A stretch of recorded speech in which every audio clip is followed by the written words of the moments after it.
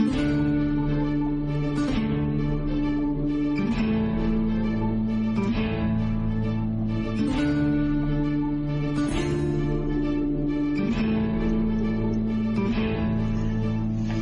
now, all you mangy dogs. Swab the decks and hoist the sails. The guns on board be needing some proper manning. Pieces of 8 and a fine wench on your arm. If your work be not too shoddy.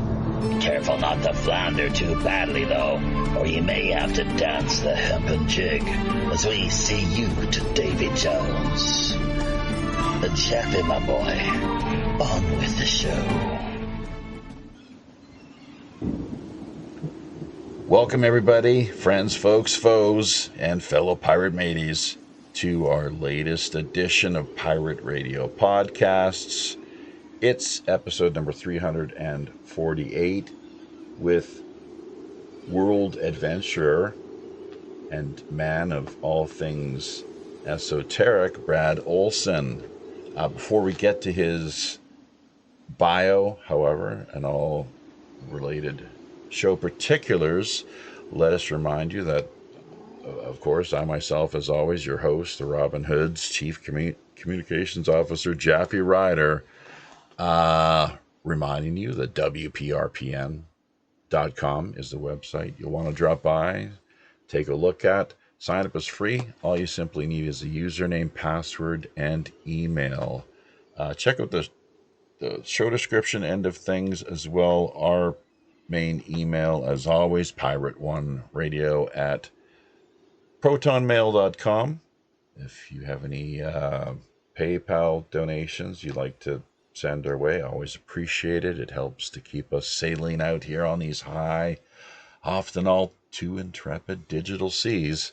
And we have merchandise, pirate swag up for grabs as well, largely in the form of coffee mugs and t-shirts, Patreon presents, digital love, always readily accepted as well. So half of everything that we do manage to generate goes directly back to the grassroots, very much in conjunction with the whole WWRHD ethos and philosophy. What would Robin Hood do? So there we go. If all else fails, just simply remember to like, comment, share,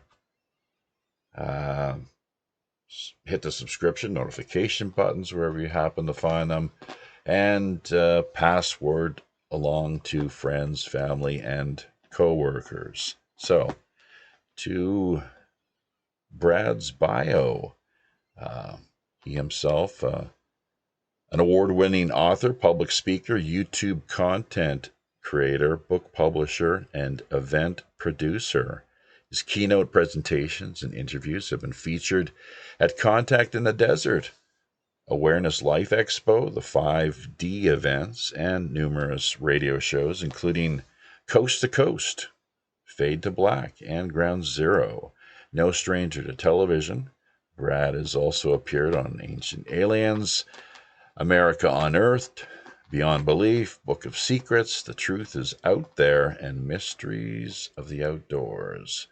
Founder and co-producer of the How Weird Street Fair in the city's SOMA neighborhood, Brad was featured on the front page of September 2014's San Francisco Bay Guardian, having won several awards in various related areas. The Chicago native's esoteric writing, alternative journalism, public speaking, illustration, and photography continues to reach a wide audience.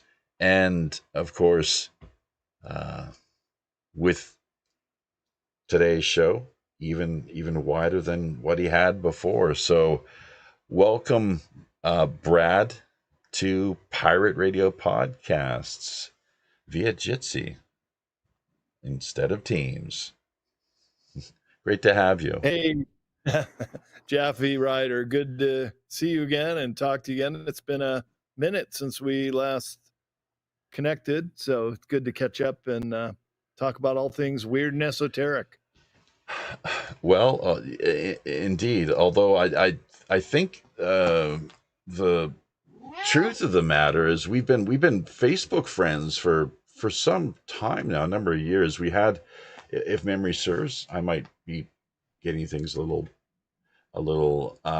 mixed up here, but I think we had talked about doing a show a while back, and just it didn't quite pan out. But I'm really looking forward to this, obviously, and as are a whole number of listeners out there, our regulars and beyond. So, uh, I was listening to your Antarctica episode with Richard Serrett just recently, and that was pure dynamite, the way that you unpack that. So this is one of the things you've been known for, your your uh, your adventures via that, the South Pole, essentially. I think that they're one and two of the same, basically. You know, interchangeable, Antarctica and South Pole, if I'm not mistaken. But you've also, as a younger fellow, you've been to all. Did you say it is seven continents that we have here on this planet? The way they break things down, I guess, Some right? people So, say 8. That would be New Zealand and a subcontinent there, but not a very large landmass. okay, but you've been to New Zealand as well. Is that right? I did not go to New Zealand yet. I've been to Australia for 5.5 months. So geographers, I guess, as it is, they just kind of lump the two in together. Quite often, is that right? Well, they don't include Australia. No, Australia is a separate continent, but there's a new continent they claim is called Oceania. That Oh, may have been a sunken portion of Lemuria, a continent back a couple pole shifts ago in the Pacific Ocean. amazing. Yeah. There's so much that, as far as our occulted history, the late great Jim Mars, I think, was the one who first Oh, coined that term, if I'm not mistaken. And you probably met him through the course of your travels over the I did. years, presumably. I And really miss him. He was such a funny guy and so knowledgeable. But yeah, we were both at the Contact in the Desert as speakers together about 8 or 9 years ago, just about a year before he passed. And he was so charming and so smart, and really loved our conversations, and having a few beers with him another time. And we sure do miss him. And his books are still as timeless as they were 10 years ago. And he did some incredible research on 9/11, the JFK, and more along the lines of what I'm working on right now is the Fourth Reich, the Germans that never quite capitulated. And one of my taglines for the new book I'm writing on the back cover is "All roads lead to Antarctica." Of course, there are no roads that lead to Antarctica, but all things paranormal and secret society and breakaway civilization does lead to Antarctica. So we can talk a little bit more about that if you want to hear. absolutely. Admiral Byrd, presumably, you can't take much of a deep dive into the realm of Antarctica without having studied his whole legacy, obviously. But before we get into all of this related type business, let's give a shout out to the folks who joined us here in the chat end of things. Number of lurkers as well out there. Be sure to sign in, folks, so you're able to have your voices heard, thoughts, comments, questions, what have you. Welcome to Sonia Galactic, James Faire, Zap Zap, and Amos Dale 777. Can you believe what Netanyahu has been up to? Well, yes, but we're not really going to get into that right now. We'll save that for the news, Jane. So just for unless, of course, Brad cares to address the whole, matter, the business of, yeah. I have some breaking news that we may actually be avoiding. Oh, God. Yeah, avoiding World War III. This is actually good news. Oh, I see. That even see, Trump is playing a game of 5D chess, and Right. he's very, very good at the game of chess. So is his son Barron. And so this is all about timing right now, because if he were to go fully behind Israel and attack Iran, this could very well trigger World War III, much worse than anything anyone can imagine, Right. as we're seeing with the Right. videos that are leaking right now. But new U.S. intel, this is breaking just about an hour ago, that Trump has already approved the Iran strike plan, but has not pulled the trigger yet. That's very important, because nothing has happened in regards to the U.S. jumping on. He's said a few things, but the actions are not there. So now he has an excuse, and that is U.S. intel has warned Trump that a direct attack by the U.S. on Iran will push the regime to finish their atomic bomb and use it. So Alex Jones has said, translation, Iran already has the atomic bomb, and now right away, Israel's Mossad claims there's 15 days away. So they're trying, it's jostling. But the point is this, that, and I've been saying this the last 2 days, what if Trump is bluffing all along and just sort of making it seem like we're going to back Israel, but never really does it? And that would be great, because that would stave off World War III. Oh, God. The world is like, it's just, and apparently Iran targeted the Dimona nuclear facility. The same Dimona that JFK was trying to shut down. Do you remember that? Yeah. Kennedy? What did you hear? What did they do to Well, Dimona? it was being hit, and there was because they're trying to censor as much as they can and keep it out of, right. trying damage control, basically. There's the Chaim Wiseman Institute of Science, I think, is another building that Iran claimed was well, it was being used for just development of Israel's nuclear ambitions, which already, I mean, by all accounts and indications, what we hear, for those of us that look into these things, the mainstream media seem to be completely clueless for whatever reason, unable to report on this for, who knows if they'll ever address the matter. But Israel has hundreds of nukes, supposedly, as it is. So, but Iran targeted this Chaim Weizmann Scientific Institute and the Dimona nuclear facility, and we'll see how it all plays out. And you are right, I guess. Trump is known for his 5D chess. I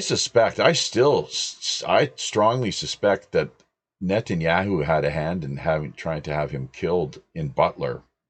And one of the tells there is because Crooks was actually Chabad Lubavitch. A lot of people don't even know what Chabad Lubavitch is. But moral, and think about the timing. They say in politics, timing is everything. Yeah. Netanyahu was set to speak before Congress within the next couple of weeks of that incident. And do you know how he's trying to portray things as if like Crooks, of course, was an Iranian asset, and every time the Ukrainian guy at the golf course was trying to get rid of Trump for the sake of Iran's interests. And you know what I mean? It's just like, does anyone believe this, really? And on top of that, Netanyahu, his own people have been trying to have him put behind bars since before October 7th. He was trying to seize powers. He was trying to seize the judicial branch of government in Israel. And that didn't pan out. So then shortly after that, with all these protests out in the streets against him, came October 7th. And the rest is, as they say, history. So Anyways, I don't know. We can hope maybe leave it at that unless you have anything more to add to things. It wasn't really what I was expecting. Leave it at that. Yeah, Pray for that's. peace. Do not want this to escalate. Oh, it's It could get horrible. really, really nasty. It's what's really great is that the one kind of the silver lining in things is Trump saying like, look, Tehran, evacuate. At least it wasn't, he gave them the opportunity to, he said evacuate, and to basically because I think they're mostly going. On the surface, at least, we hear they're aiming for military targets. That isn't always the case, unfortunately, but it's complicated, obviously, and I don't know, we'll leave it there for now and hope, and as you say, pray for peace, and do what we can here to generate a positive vibration so that kind of gets through. And on top of that, here's an angle that you might be interested in, able to comment on more to the point. Even if they were to attempt to have nuclear weapons, have them, sent, because I think really, I look at this as World War 7 or 8. 3 was the Cold War. 4 was the September 11th. That's where that all kind of, things got rolling on that front with Afghanistan, the Middle East, and the PNAC and the neocons, of course. And in 5, the war on humanity, which includes the whole corona apocalypse or scamdemic, as some people put it, the Fauci virus or China virus, and 6, the Ukraine, and I start to lose count after a while. This is all, I'm sure it's got to be 7 or 8. But the thing that with nuclear warheads, that facilities they've been shut down on multiple occasions all around the world with the appearance of celestial phenomenon, UFOs appearing over nuclear facilities. Do you know much about that? Do you care to speak to that? Of course, there is a UFO angle to the Antarctica, but just more to the point of UFOs over nuclear facilities. Have you looked into that, Danny? Right. Well, ever since the early days of nuclear bomb testing, there were reports that UFOs were up in the sky watching. And that's pretty interesting because, one, how would they know when a test was going to take place? Or perhaps they were paying attention in different ways. But since the Cold War, when Russia and the US had enough missiles to blow each other up 100 times over, Yeah. there would be nuclear bomb tests and reports of UFOs hovering over the silos.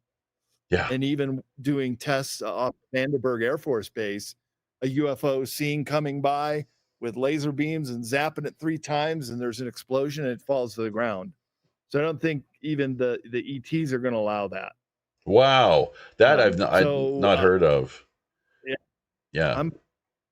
I'm pretty positive we're not going to see a full-on thermonuclear war. Well, there will be probably a lot more missiles going back and forth, but wait till they just run out of missiles and maybe this whole thing ends and they can sue for peace. You would hope so, but okay. I just wonder, like, who they would consider an honest broker. Like, I mean, the UN. Who is going to step up and be able to do, play their part essentially to kind of help things simmer down. But we'll see. We'll see. So now Antarctica, you have been known to speak extensively on this whole area of interest and intrigue. You've appeared at multiple conferences, of course, as a keynote speaker, as it were, or what have you. When is the most recent time that you've done so? What can people look forward to and mark down on their calendars, as far as upcoming? Sure. Mm-hmm. Yeah, I have a bunch coming up. Good. So my last one was the New Living Expo in San Rafael last month, in the Bay Area of California. I now live out in northwestern Nevada. Right. And a week from today, I'm driving to Sedona, Arizona, where I'll be at the Sedona. It's doing it in a church conference center in downtown Sedona, Arizona, the 5D event on Saturday and Sunday of the following weekend. And then have to leave on Sunday to go up to Chaco Canyon in New Mexico. And we're doing a conference in the national park. I've never done this before. So this will be really interesting. But they've rented out the entire campground, and a lot of people are coming in, and we're going to do walks around Chaco Canyon in New Mexico. And some of my other books before the esoteric guides were sacred places travel guides. Yep. And the one time I went to Chaco Canyon, I felt it was a very magical place, but also I got there in the evening and just car camped in the campground, and then got up in the morning to walk and explore the valley. But I felt like a shaman had visited me in my dreams. And so the next day when I'm walking through the canyon, I just had this uncanny familiarity that I knew the place. And I was being guided by this shaman in my dream time to show me all this cool stuff around Pueblo Benito and the largest kiva in the Southwest. So that conference will be up in 2 weeks. Looking forward to that. And then in July, I'm also speaking at the Full Disclosure Now conference in St. Petersburg, Florida. And that's a 4-day conference right there in the middle of Florida, or in the middle of July. So then I've got another one in Sedona at the end of August, and Star Knowledge Conference in October. Another Native American one. So I like doing not just esoteric subjects or Antarctica, and I also talk about the giants in prehistory. But I really like Native American material too, and then talking about travel and telling people about these incredible locations around the country, and they're all in our backyard. So one of my books is called Sacred Places North America, 108 destinations. That's right. 108. That's a special number for people with eyes to see, ears to hear. I'm not sure. I guess how would that break down exactly? Why so? Why would that be the case? Are you aware? Like 108 with the Buddhist prayer beads, for example, right? Yeah, that's it. Exactly. So actually, the very first book I did in this series, I just did 101, and it just seemed kind of that works. But yeah, sure. The secret number. Yeah. And 108, beads on a mala. In Asia, you see the number 108 all the time.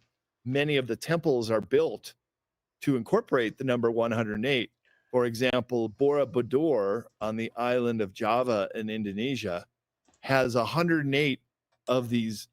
They kind of look like bells, but they're carved out of stone, and inside each one was a meditating Buddha up on several levels. It's one of the most incredible sights I've ever seen. And so you go to other places like in Nepal, Kathmandu, you walk around the stupa, and there's 100 of these rollers you can hit. Right. And it's the most visible number too, because 2 times 2, which is 2 squared, times 3 cubed, which is 3 times 3 times 3, add them together and you get 108. So it's a very divisible number, a prime number, and just all the ways that it's been incorporated into sacred places, especially in the Far East, is just amazing. Yeah, the Tibetan prayer wheels. That's right. So that's the way they work, I guess, to burn up all their bad karma, essentially, is from burn it up. Yeah, that's So have you come into?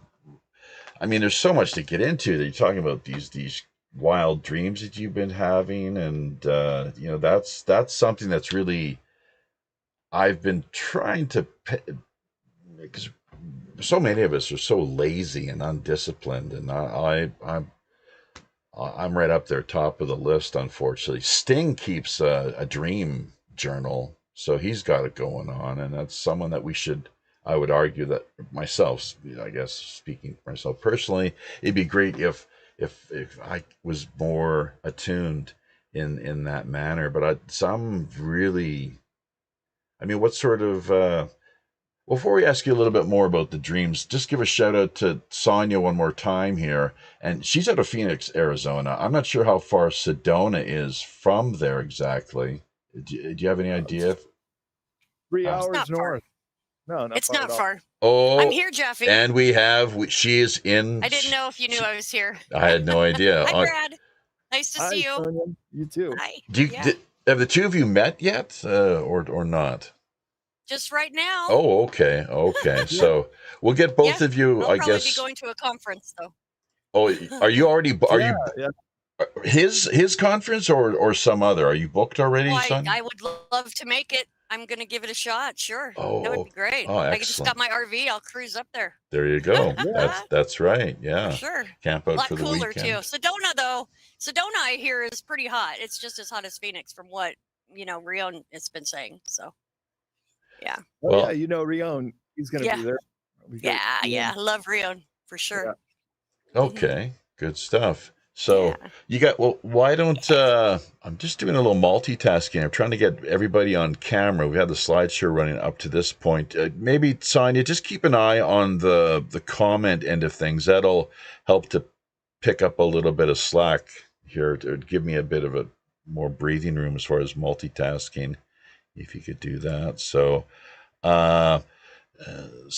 basically, your esoteric book series, we checked out that link. It's toast at the moment. I'm not sure if you're aware of that or not.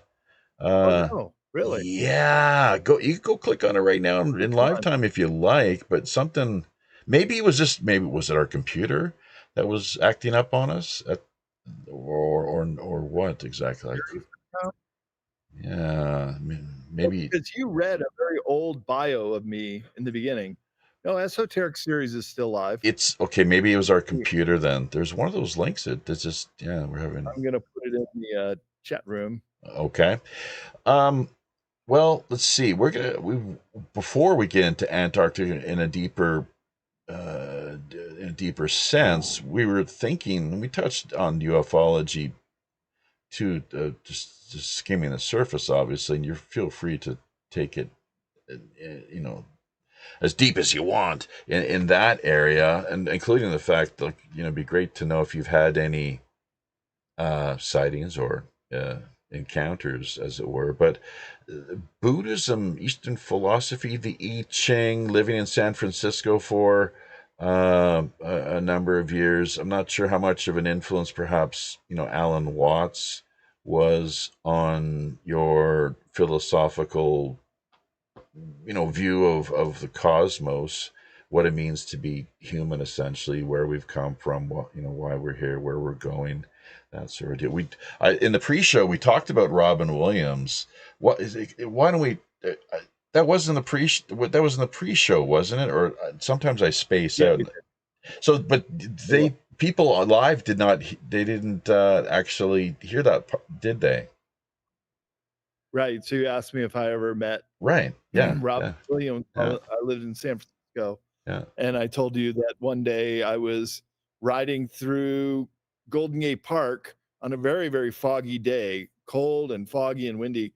So there were not a lot of people out at a comedy fest in Golden Gate Park and riding along. And it's great because there was only about 100 people there. So I was just watching the show, and then up came Robin Williams, and I was just only about 30 or 40 feet away, and he was just hilarious. He had everybody in stitches, and I didn't want to go run up to him afterwards and be a celebrity worshiper. Yeah. But it was great to see him, and unfortunately, about a year after that, he passed. That's right. Yeah. I mean, and the one thing He was one of the best, wasn't he? I mean, him and Carlin. So, but the one thing I will say about him that was so really memorable is how with every movie he was a part of, from what I understand, he would go around and have it in his contract rider that homeless people would be brought on set and provided work, for the course of, That's I guess, however long the movie ran. So you heard about that? Not that in part, but I heard he was quite the.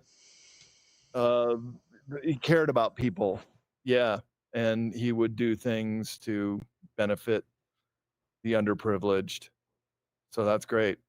Indeed. So, Sonia, I'm not sure if there's anything more you want to kind of bounce off of Brad before we, take that deep dive into the Antarctica, or if Brad yourself, there's anything else that you'd like to touch on before we do so. It's completely, your call, of course. So how many books do you have in that esoteric series now? So there are 3 in the esoteric series. Mhm. That is modern esoteric, future esoteric, and beyond esoteric, which are all available on my website, cccpublishing.com. And my conference schedule is on bradolsen.com. So I should probably throw those links over to you. Yeah. But it's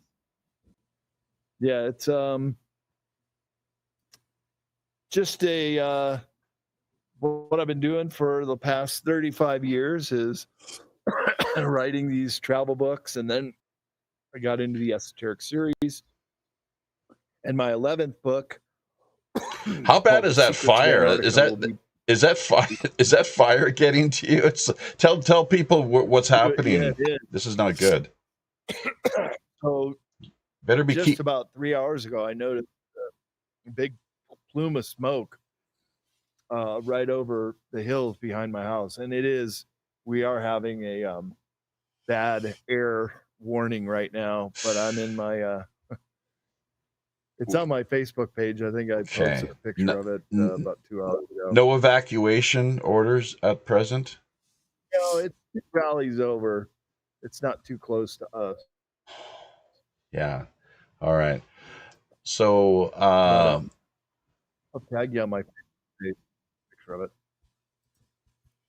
you're going to put that, do you say you're going to put that on camera for us, or?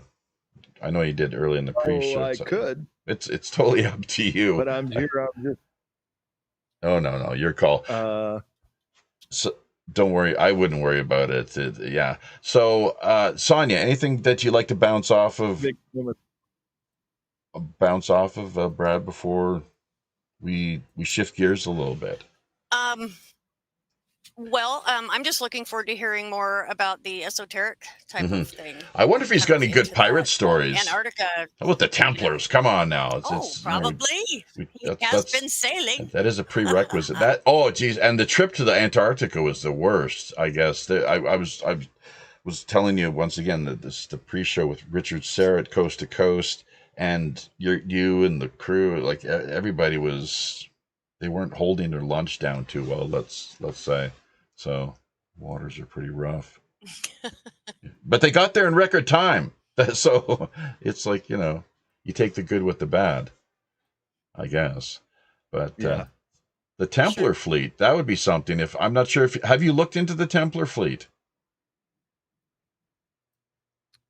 Yeah, I have. That ties into a location in Massachusetts. Really? Where there's a stone that has all of these petroglyphs carved in it, and many of which are actually Templar symbols and logos. And this is from Scott Walter, who did the show America Unearthed. I was on an episode of that show with him. But the Lost Templar fleet is how they got here. So just a little backtrack history. The Knights Templar became fabulously wealthy with some kind of treasure they pulled out of Israel, out of the Holy Land, out of Jerusalem. And then they started out the poor knights of the temple to being fabulously wealthy.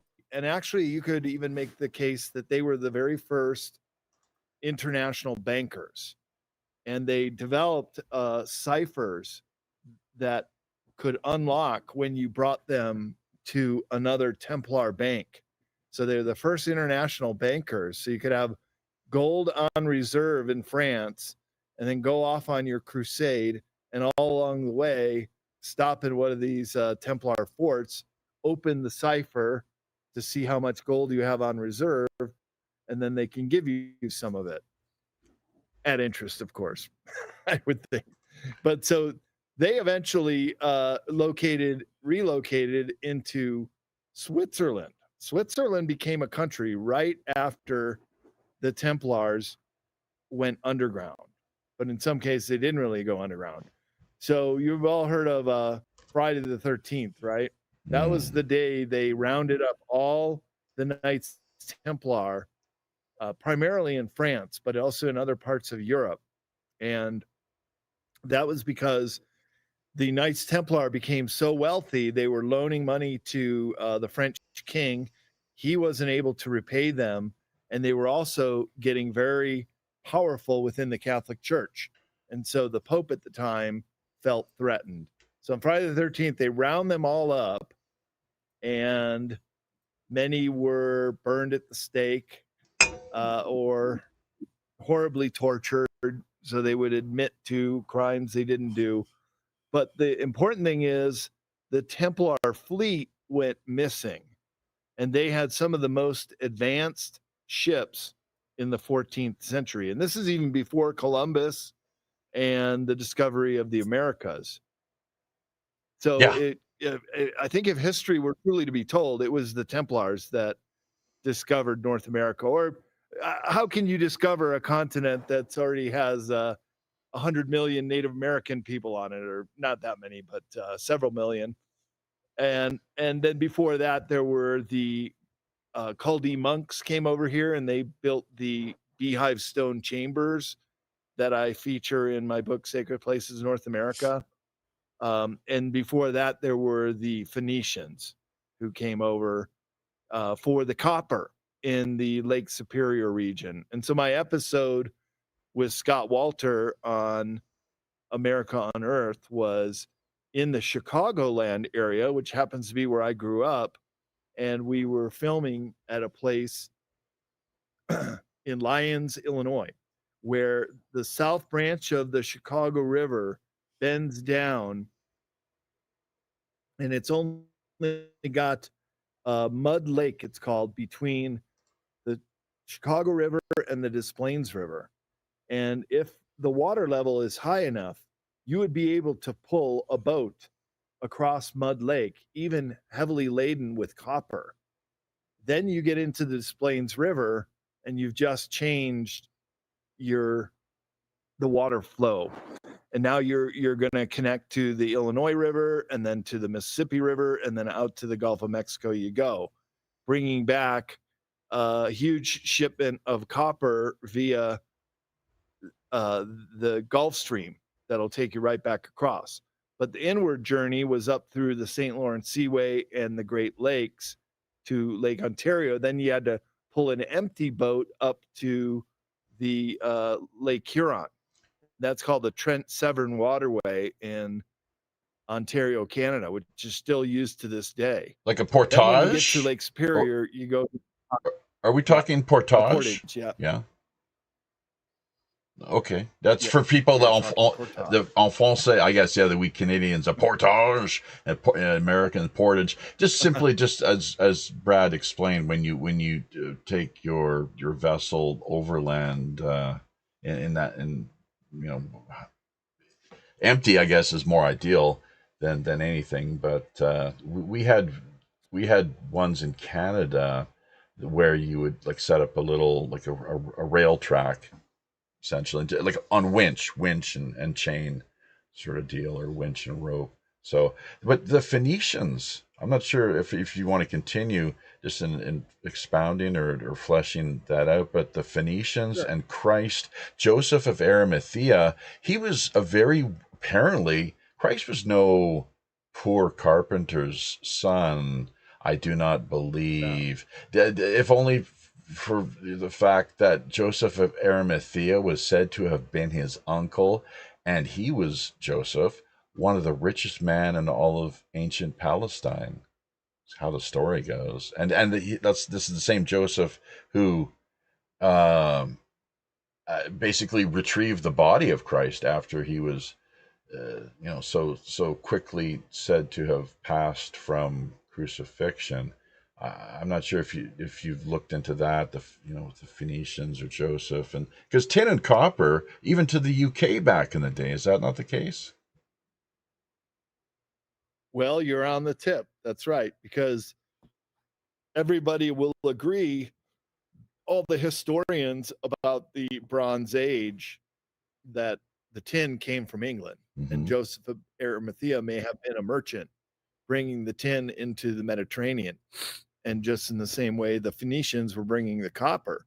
But the jury is still out, especially with mainstream historians. Where did all the copper that went into the implements and the shields and the swords and the spear tips, where did all the copper come from to create the Bronze Age?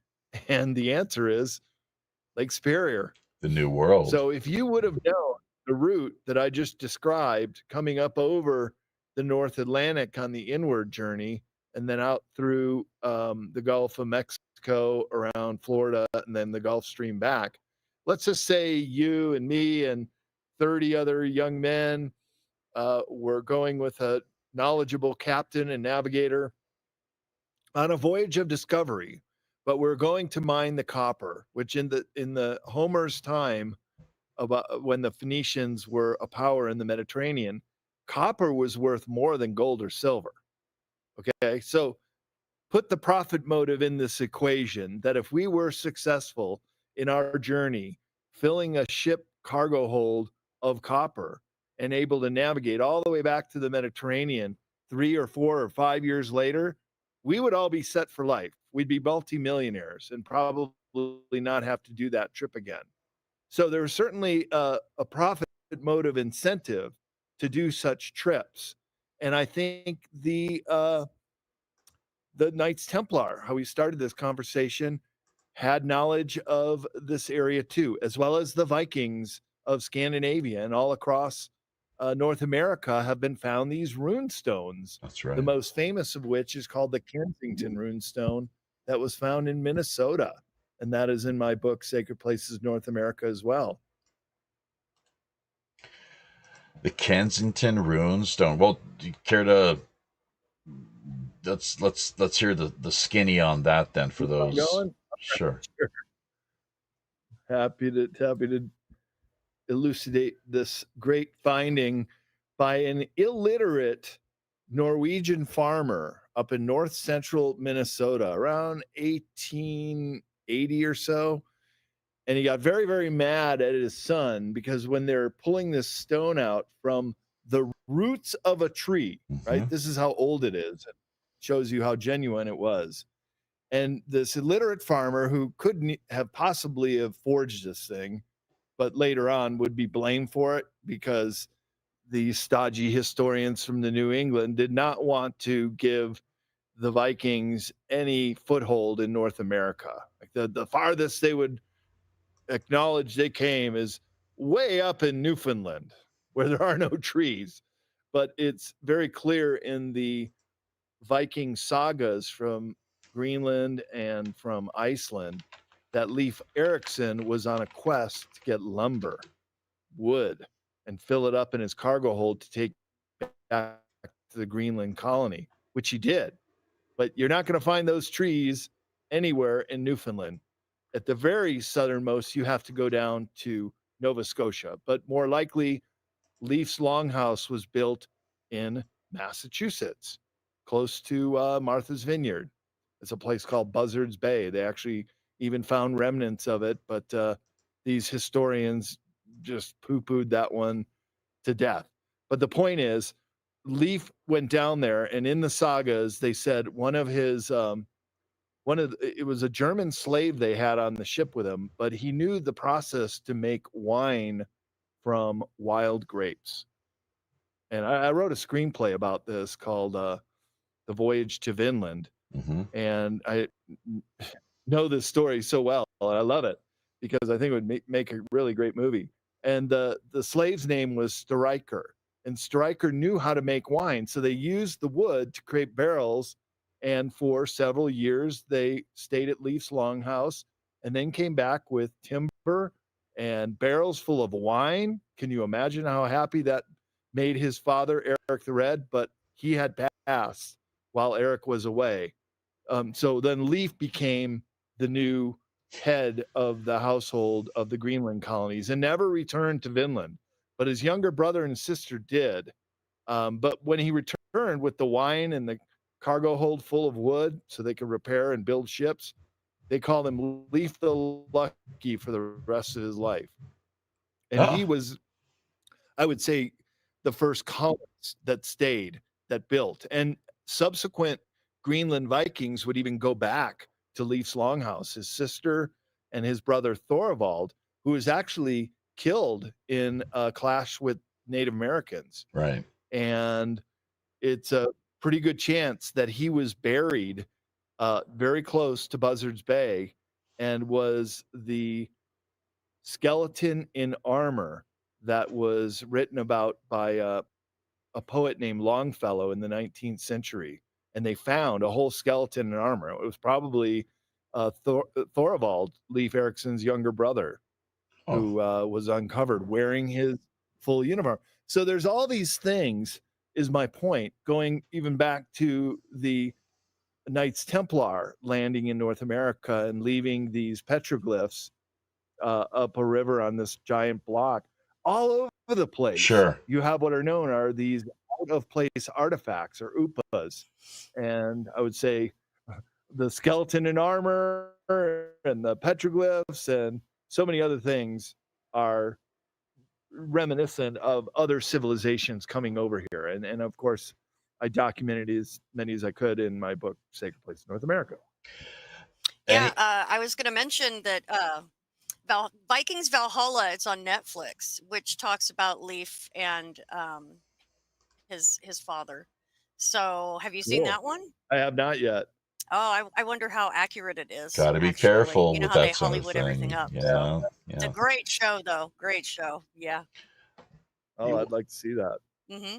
There's so much. They got my idea before I could produce it. Oh, well, yeah, you wouldn't be the first one that's been the case, unfortunately. So, two things: the skeleton in armor, but there was a second point I was going to add to that. But whatever happened became that Longfellow, the skeleton in armor, it just disappeared. Look it up. Well, no, it went to a museum. It was all the rage at the time. Right. In the 19th century, it was very little doubt that the Vikings were here, and this was Thorvald. And it was in a local museum for a couple years, and then the museum burned down. They think it was arson. This has been a problem with historians for over 100 years, and that is to not give the Vikings their rightful place in history. And they've gone as far as, arson on a museum to destroy those relics. Or anything else, it would seem, that does not support the official mainstream narrative.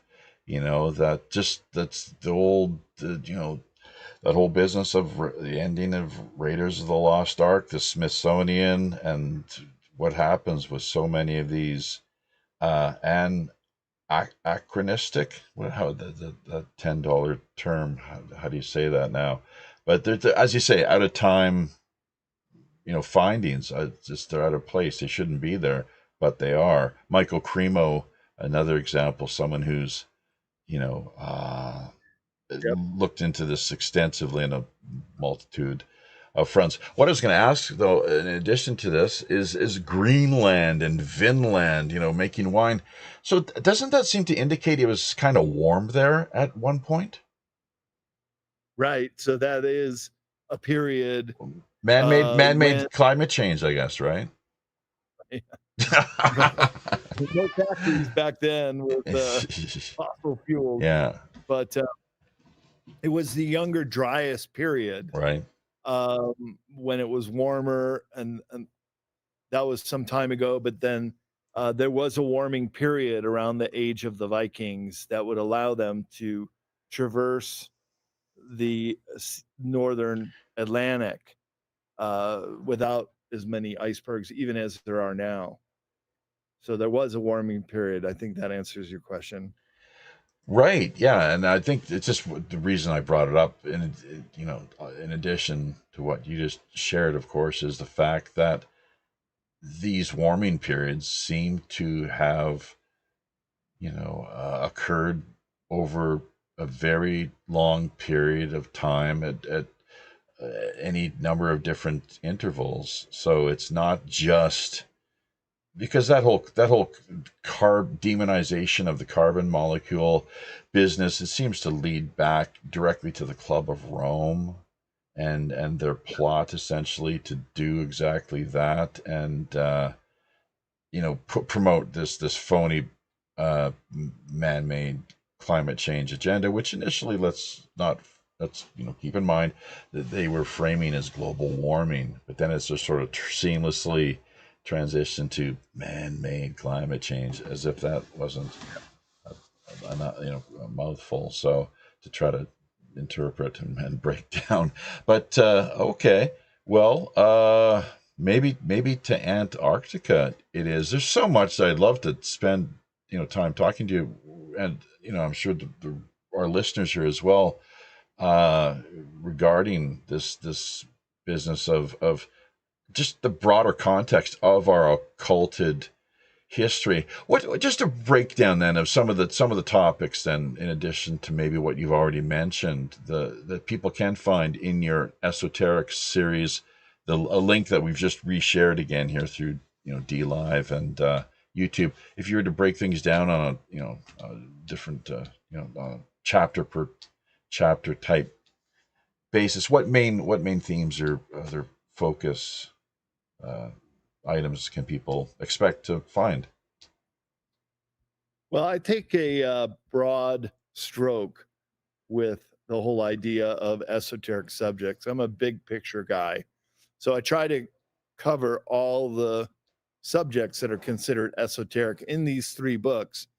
They're all 400 and 500 pages long. Oh, so wow. I've got about 1,400 pages of original content in all 3 of these books. So I don't repeat my material, just to show you how much there is. I mean, we could just take a chapter and do a whole show on it. Sure. So there's so many things, from sacred geometry to the pineal gland to the mystery schools of old, or the secret societies of more modern times, how they created the money system, the Fourth Reich, all the behind the scenes type machinations that maybe the Germans didn't lose World War II as we think we did. In fact, many of their greatest scientists were recruited and brought over here with Project Paperclip. Yeah. So there's so many things that have just been omitted from the history book, but actually make a very good case that we have been sold down the river of lies, or as Voltaire called it, history is the Mississippi of lies.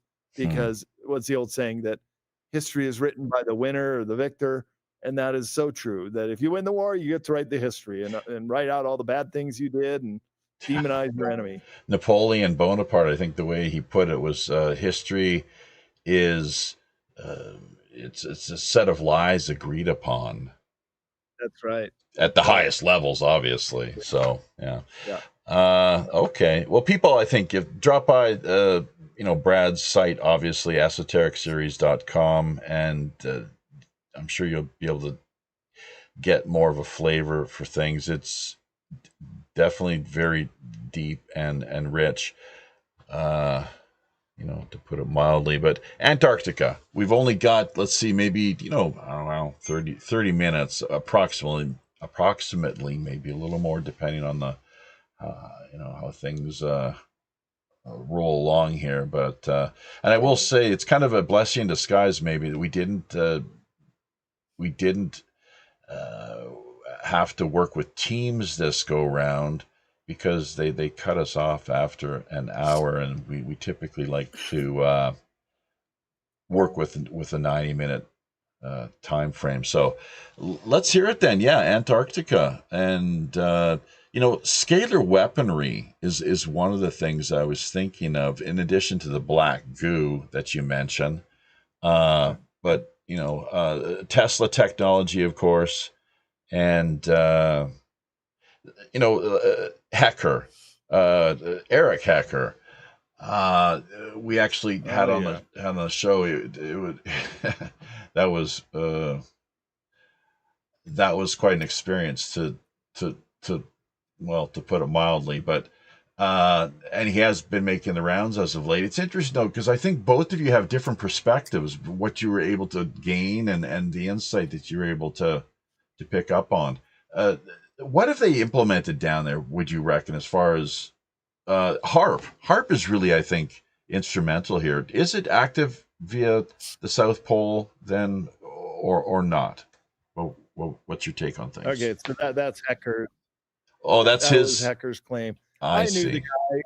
Yeah, we met at a conference, and we got along for over a year. In fact, at the conference, we were sharing information. He brought some maps, and we were going over it. And he spent a year up at South Pole, and I was about a month on the Palmer Peninsula on a sailboat. Right. So we had totally different experiences in different parts of the continent, and we were all getting along fine. But then he just became very belligerent. And if anything I said about Antarctica went cross to what he thought, he would just start calling names and stuff. And I said, that's not the way to have a debate. You had want to talk and want to share information. Yeah, you had that same experience, and so you're not, or we weren't the only ones that. He's very off-putting to a lot of people, and I'll call you names, and it's like that. That's not what we're here to do. Yeah. We're here to try to learn from each other and expand our knowledge base, not to call each other names. Right. So, but what I would say to him, and maybe he'll listen to this interview, is that he's a whistleblower. I'm a researcher. It's totally different categories of what we're talking about. He calls himself a whistleblower, but he told me he was just working on mainly the plumbing and maybe some fire assistance. So yeah, sure, he would have the key to all the locations in the base. But he really took issue when I spoke of the hole in the ice, because it's not too far from South Pole. And his argument is, well, don't you think I would have heard about it? No, if it's top secret, there's no way you'd hear about it. So there's more details into that I won't go into. But my point is, he's the one who is saying that they have a directed energy weapon, that the ice cube neutrino does more than what they tell the world it does. And he's the only one saying this. What do you mean by I'm sorry to cut you off, Brad. The ice neutrino. A lot of people that won't kind of translate very easily. What does that mean exactly? Okay. So they are doing quite a few tests up there. One of them, the ice cube neutrino, is a neutrino detector. They're these tiny little particles that can actually travel faster than the speed of light. It's actually quite fascinating, and incredible. I'm putting some of this information into my next book. And for almost 2 decades, they put these floating equipment with balloons or other ways just to hover over Antarctica, and they've been catching weird signals. They've detected magnetic anomalies in Antarctica, and they've also detected cosmic rays coming out of Antarctica, not hitting the planet as they normally do. And so this, it's called the ANITA, the Antarctic Impulsive Transient Antenna, records a short pulse of radio waves coming from below the ice and emanating from Antarctica. Mm-hmm. I mean, this is one story that just be really mind-blowing as well. But Hecker went so far as to say that it was all that, but it also was able to trigger an earthquake in Christchurch, New Zealand. And he also said it was a directed energy weapon. Well, there is ways to trigger, as you mentioned, through HARP antenna, but I don't think that's what the ice cube neutrino detector is. So, as I said, he's the only one that's made these claims, and he has no evidence or proof. But he got on these really big radio shows, and now everybody thinks that's what it is. And maybe it is, but I would like to see some other corroborating evidence. And that's my job as a researcher, to look at this from every angle. Right. Where Hecker is a whistleblower. He's the guy that says, I know this stuff. I saw it. I was privy to it. And I'm telling the world now. That's your role. My role is to find connecting data points to confirm or deny what he has to say. But since he is so belligerent, right, and he just loves the spotlight, I think he's just making this stuff up. You could be right. Although, in his defense, not that I'm a fan of the guy in the least. Trust me. I think he might have been MK Ultra'd. Actually, look into that, folks. He went off on YouTube. Yeah, I was a moderator, and I do this at some of the conferences. I've been a moderator on the AI panel, the transhumanism panel, but also with the super soldiers. I find this a very fascinating esoteric subject. Yep. And Eric Hecker was on some of my super soldier panels. And he came out and said, yeah, I was in these programs. I grew up on Long Island, and the Brookings Institute is there, and they were doing mindfuck on everybody. And also Camp Hero and the Montauk Project, that's all there. And so it's kind of his word versus everybody else. All right. Yeah. So maybe you did get MK Ultra. They were doing that shit out there. There's no doubt about that. Mm-hmm. But he was one of those. Well, I don't know. We could just take him for his word on it, I guess. We'll ask. Well, we will have to ask around a little bit, see if there's any people that actually were there who did see him or know anything more about the guy. He only lasted, I think it was like not a couple months in the Navy, and they threw him out. Is how his story went. So, but the point, the more to the point here, that HARP, there are HARP stations not just in Alaska, but where are, like, they're all over the world, are they not? Yeah, they are, and I actually have a HARP map, right, of the locations that are. I could drop it into chat room, and I'm sure you've got to be familiar with. I heard this first, as a lot of people did, via Alex Jones, Owning the Weather by 2025, the Air Force PDF manual, Weather as a Force Multiplier. Right. Here we are, folks. It's 2025. Do you think they managed to pull it off? I do. Most definitely. That it's. It's come on. And here's go ahead. I was trying to drop this HARP map into that.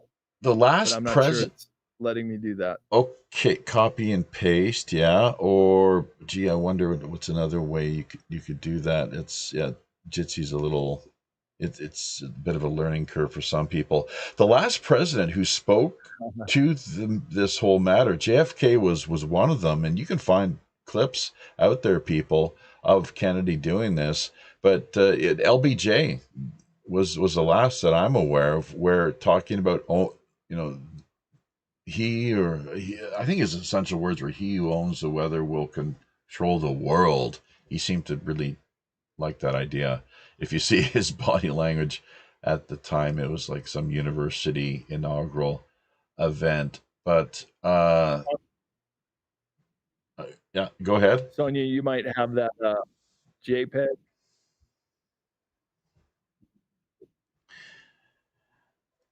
Okay. Oh, actually, So what I was going to say, yeah. oh, go ahead. Oh, I was just going to say, Sonia, you have to unmute yourself, my dear. You were bleeding in there while Brad was talking, so I muted you out. Moderator's privileges. Thank you very much. So Brad and I actually share one small thing in common. Actually, I can't believe it. You were here, just as a bit of a side note. South Korea is a place that you called home for a time back in, I think you said it was 92. Yeah. And Busan, you made it down as far as Busan, and got their teachers. I don't know if it's certificate necessarily, but teaching English. And do you want to let people in on that, just for a fun little side trail, sort of? Fun little side. Yeah. So you're in South Korea right now, and I was asking you where. That's I thought right. maybe Seoul. But I went to when I was an English teacher in Japan. They wanted to fly me over, but I wanted to take the boat so I'd see more of the seashore and country. So I took a ferry from Kobe, Japan, and on my old original passport, I stamped out of Japan as a tourist. The next day, I stamped into the South Korea port at Busan. The next day, I got my 1-year teacher's working visa. The next day, I stamped out of Busan, and then the 5th day, I got stamped back into Japan. So I did a little visa run, but it was very short stay. It was a visa run, I see. So these folks start out with a bit of story and get some renown, and eventually start making stuff up to stay relevant, is what Jethro, he shares with us here via YouTube. But a lot of people talk about how some people are really quite notorious for inserting themselves into various narratives, and got to watch out for that, obviously. Caveat emptor. All right, Brad, Antarctica. This giant UFO or mothership, I guess, is one of the things that you were aware of, and you've yet to come across it. Although you do reckon it's quite peculiar, the number of very high profile people, including, I guess, what was it, Prince Harry or William, one of the two, and numerous others, astronauts and former U.S. presidents have all been making their way down to where exactly via this huge continent. Well, they went to different places, but Prince Harry, I think he's the most interesting because they went to the South Pole, and he was with all these army buddies. Well, what we're told about the South Pole, I tried to explain this to Eric Hecker, but he wouldn't have it. There's nothing for hundreds of miles in all directions. Hecker would agree with that.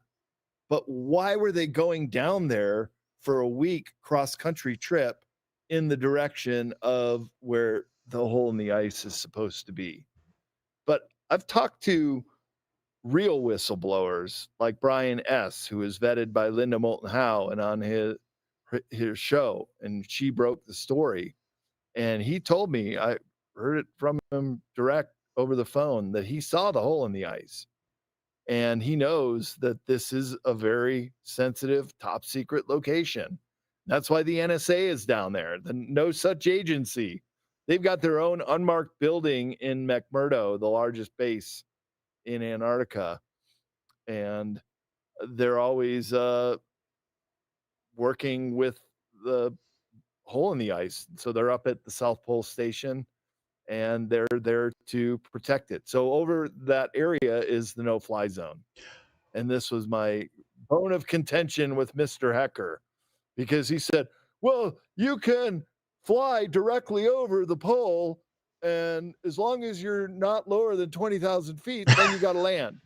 It's like, dude, who the fuck flies over the entire span of the continent of Antarctica and goes right over the South America base? You have to basically land there to get refueling. It's impossible to carry on that far. So where are you going? From Adelaide, Australia to Punta Arenas, Chile, or Johannesburg, South Africa? I mean, these are very big distances. This is about a quarter of the planet around Right. to fly that far. Yeah. So Well, nobody is flying that route. And so that was his argument. interesting. Yeah, Anyway, yeah. Well, he had to like jump on me over something, and I'm doing this research on the whole. And I'll tell you, there's more than Brian S. There's Admiral Byrd in his diary wrote about it, and there are other whistleblowers from the Soviet Union. A great researcher named Tazinski did a couple of lectures in English, as well as after the Cold War, a lot of very sensitive information could be bought. If you showed up in Moscow in 1991 with a suitcase full of hard currency that wasn't rubles, that were dollars or some of the European countries before the euro, you could get people to go into the KGB headquarters and bring you out whatever you're looking for. And so some of that information was about what the Soviets knew about Antarctica. And there's so much to it, and so confirming that the Germans never left, and they have been there, and they knew the routes under the ice with their U-boats. And I'm going to reprint maps of this from some of the Soviet data dumps. It's just mind-blowing. I had this research assistant that helped me with this book, and he was coming up with some of the most incredible finds, and even doing some of the interpretations, the translations from German that went into Russian back into English. And there are several files that were acquired by the Russians at the end of World War II because they were the first into Berlin. So the Russians had first shot at a lot of the headquarters of the military, including the Kriegsmarine, where they got the maps charting under the ice with the U-boats. I mean, this is just fascinating stuff. We thought that the Vikings coming to America would make a great screenplay. I would say that the U-boats under the ice in Antarctica would be equally fascinating adventure movie story. So we haven't seen that one done. Hollywood hasn't tackled that yet, have they? No, that's interesting. But I've got the hard data that I'm going to reprint in this book. So maybe you should have me back on again early next year when the book comes out, and then I can flip to pages and show what I'm talking about. That would be brilliant. Mark that down, Sonia. She's recently come in as our co-producer, and among other things, merchandise. Did you get that message on Facebook? I think she will eventually, I'm sure. So, and I guess I'm going to check the comments here. I think she sent the map you're referring to. I think it was the heart map to the restream. I'll be able to to share that with folks out there listening in real live time. So the mothership, is it there? Like, obviously it's there for a reason, whether it crashed, intentional. I think I've seen pictures of it where it's tilted at like almost like a 45-degree angle, if I'm not mistaken. Is that not the case? So there's supposed to be 3 motherships down there that have been known by the NSA since about the 1970s. One of them is in the German claim of New Schwabenland. And of course, I'll have all this in my book. The other one, they were nicknamed Nina, Pinta, and Santa Maria back in the 70s by the intelligence agencies. Columbus, his ships. I think I could pinpoint 2 of them. What's that? No, look, they're the same. Columbus, the names that what he used for his ships, the same. Exactly the same. That was the joke from that. Okay. And use those names, right? And so they basically, by looking around and finding where other connecting data points occur, this is what I do as a researcher. I'm looking for repeats. I'm looking for when other researchers or information comes out that confirms or denies. I don't have any kind of agenda. I just go where the research takes me. And I can say that there are numerous data points saying that there is a ginormous hole in the ice about 35 miles away from the South Pole Amundsen Scott Research Station, where Hecker was spending a year, and where Prince Harry spent a week going across the polar plateau. Nobody knows where he went, but he went in the direction where the hole is. So that's what they call the Illuminati Disneyland.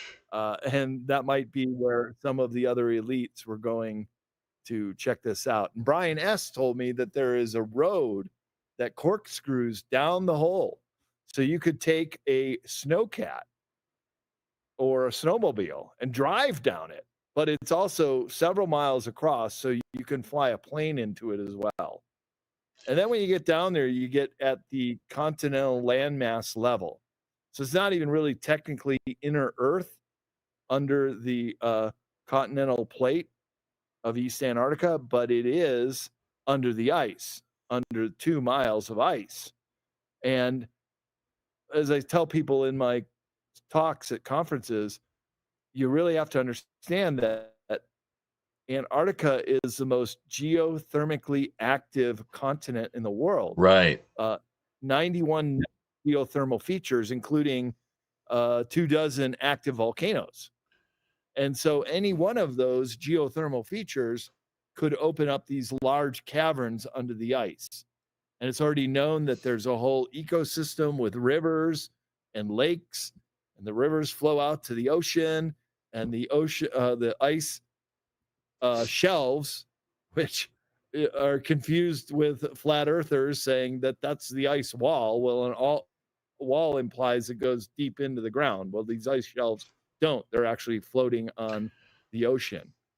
And so that is what I think people would agree is the real mystery here is what is below the ice in Antarctica.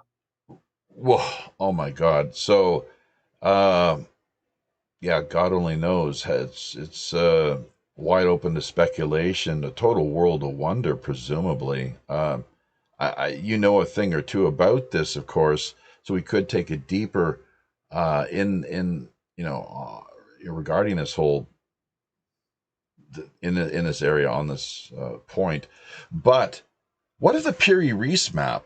Within the context of the Piri-Reis map, and how was Antarctica always in the position that it was? There's been talk of pole shifts and continental, movement and yeah. What are your thoughts exactly? Yeah, well, there's quite a bit of evidence that all the continents have been moving around, and that it was once a steaming jungle, because it's in the fossil records. Up in above the Beardmore Glacier is a mountain called Mount Buckley, and there are several layers of fossils from different eras, the Mesozoic and I think even the Jurassic, during the age of the dinosaurs, and ferns and animals and different megafauna and megaflora are all captured in the fossil records of one location, Mount Buckley, but they're in other locations too, proving that Antarctica had once been a steaming jungle. In fact, I show in my conference presentation, there are even 2 species of dinosaurs that have only been found in Antarctica. And dinosaurs needed a very hot climate. So if there were ever pole caps during the age of the dinosaurs, they would not have been able to live there. Maybe the planet was a lot hotter, but the pole shift theory says that continents drift, and Antarctica has been breaking off and moving, connected at one point with Australia, the India subcontinent, and Africa, because also in the fossil records, there are animals that are unique or blend over to Antarctica and these other continents. It had to have been at a time when there was Pangea or Gondwana land, when all these continents were connected, Right. and then have been slowly continentally drifting apart. Pangea. That was. Or maybe it happened very fast, very quickly during a pole shift scenario where the poles shift 45 degrees. Velikovsky. Move really rapidly. Did you just? I couldn't quite hear you. Yeah. Speakers. Did you reference Velikovsky? Yeah. Well, as a reference. Yeah, because sure. you're we're on the same wavelength, so yeah, that was like my next question with gradual transformation and slow shift of the continents, or just the cataclysmic Velikovsky model paradigm, as it were. So, all right. Well, what do you think then, Admiral Byrd's? What was this whole? There was a Operation High Jump, I guess is what it was called. Is that right? Can you tell us a little bit more about that as we wind things down here? Then Admiral Byrd and High Jump. Oh boy. Okay. Yeah, we're winding things down, but just the snapshot, and I have to go pretty soon too. So he basically had been asked to lead a giant armada of ships down there right after World War II ended, which is very peculiar. Why are you sending an enormous armada of ships right on the tail end of World War II? So 46, 47, he goes down there with a fleet of ships. They break off into 3 groups. He stays with the main group, but does some flights over Antarctica, including back to the hole in the ice. And we just don't have time to get into that. But basically, there was a confrontation with the Antarctica Nazis, who basically took out all their high technology at the end of World War II, and UFO craft came up out of the ice. And this was in the Russian intel that was leaked, as well as some eyewitnesses from High Jump. But they got back, and everybody was sworn to secrecy by threat of death against them and their family if they spoke. So even Richard E. Byrd, he was not allowed to talk about it for the rest of his life, because he did give an interview on the way back that said, you didn't want to spook anybody, but we would be confronted with a new reality of an enemy that has the ability to fly pole to pole at incredible speeds.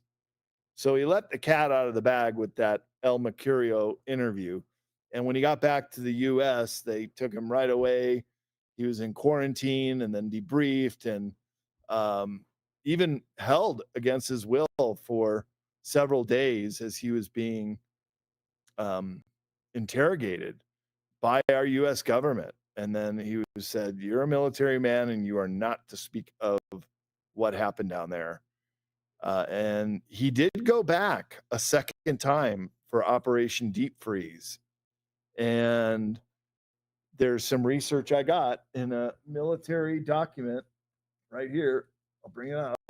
That shows that Admiral Byrd may have gotten, this is the kind of research I do, went down there again one last time to receive one of the UFOs from New Schwabenland. And then there was this merging of our deep state cabal with the paperclip Nazis that created the Fourth Reich. And the money man, Martin Bormann, he was tried in absentia in Nuremberg, but he pops up all over South America in the 1950s. And he had they took all the loot out. There was no money left in the central banks of Berlin when the Allies got there. And so they started propping up micronations in South America that I talk about in the new book, in Chile, in Brazil, and Argentina. I got close to one in Argentina, and they got out with all the loot and all the high technology. So it was probably German UFOs that had the ability to also shape the matter around the ship. That's basically how UFOs fly, is they create a gravity field that the ship falls into, even when it's going straight up. It's like it's falling into its own gravity field. And they can also part the water around these ships too. That's what's called unidentified submersible objects, USOs. That's right. And so these craft, I mean, the Germans had backward engineered several other UFOs for the last 2 decades. So they had the technology, they were working on it. These were the wonder weapons that the Allies were so afraid of at the end of the war. And so I make the case that there was a confrontation with Admiral Byrd in Operation High Jump, and then they called off the mission 2 months into 6 because they were given their marching orders and told. But the Antarctica Nazis, or let's call them the Germans, Antarctica Germans, because technically the Nazi party disbanded and was over at the end of the war. But the Third Reich did not surrender, nor did the SS. And this is the more important group because they had this very keen interest with all this technology, as well as where the German people came from, the ancestry heritage, or the Anunnaki Society. It's all in my book, and we're kind of running out of time. And you got more I could bring. You got flames, moving in on you probably faster than what. They're not moving around. Well, they're not. I just saw notice. There's no threat, but it is smoky out here. You're smoked out, man. So it's best that you tend to your health and your safety. Obviously, we really thank you so much, Brad. We've got your details here, and you've really helped to inform and enlighten our regular listeners, and with the archived end of things, I'm sure we'll be picking up some new folks as well that have yet to hear about you and all the great work you've done over the years. So thank you once again, and we will be in touch here shortly behind the scenes with the archived end of things. We'll let you sail off into the wild blue yonder while Sonia stays behind here, and just hope that you enjoy the rest of your weekend. Well, thank you so much, guys. Great talking to you. I appreciate you having me on, and we'll have to do it again next year. Happy sailing, my friend. Early next year. That's right. Secrets of Antarctica comes out. It is available on Amazon right now for pre-sale too. Oh. Yeah, just type in for Secrets of Antarctica. It'll come right up. Well, that's great.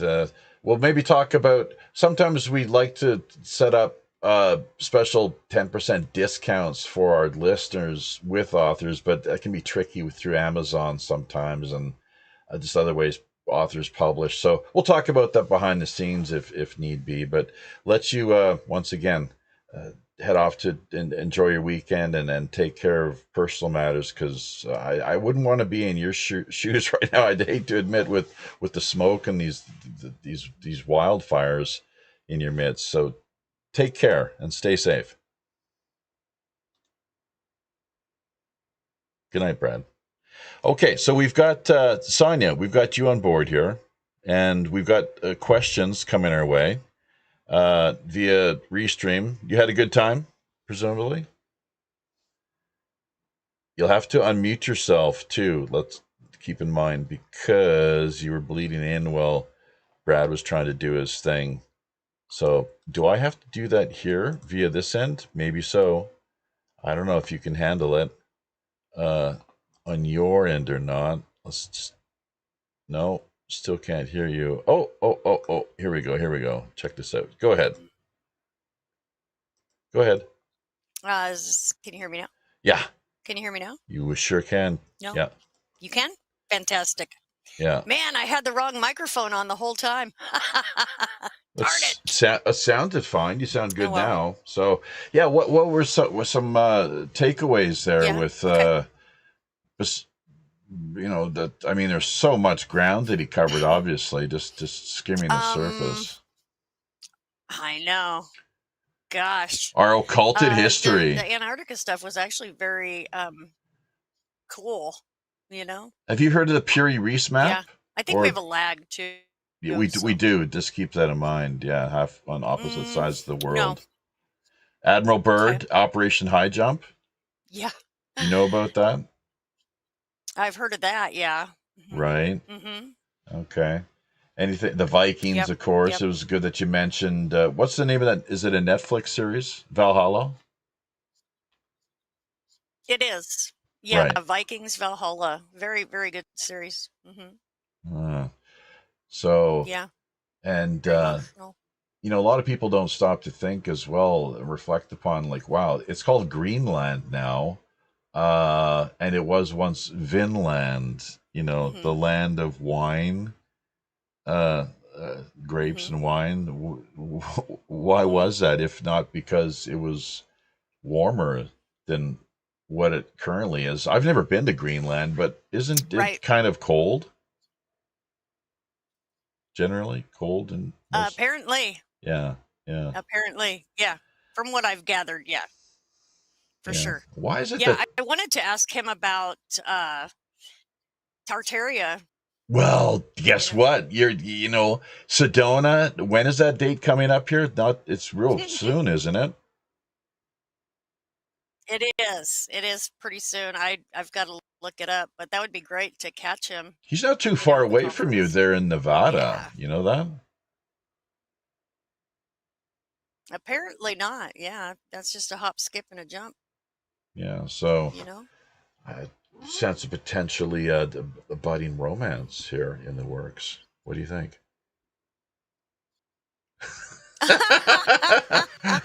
That's hilarious. Oh my god. You are so funny. Oh well, my god. you're still looking, you've yet to, you know, here's the thing. Wow. You know what? I think you're looking for your soulmate.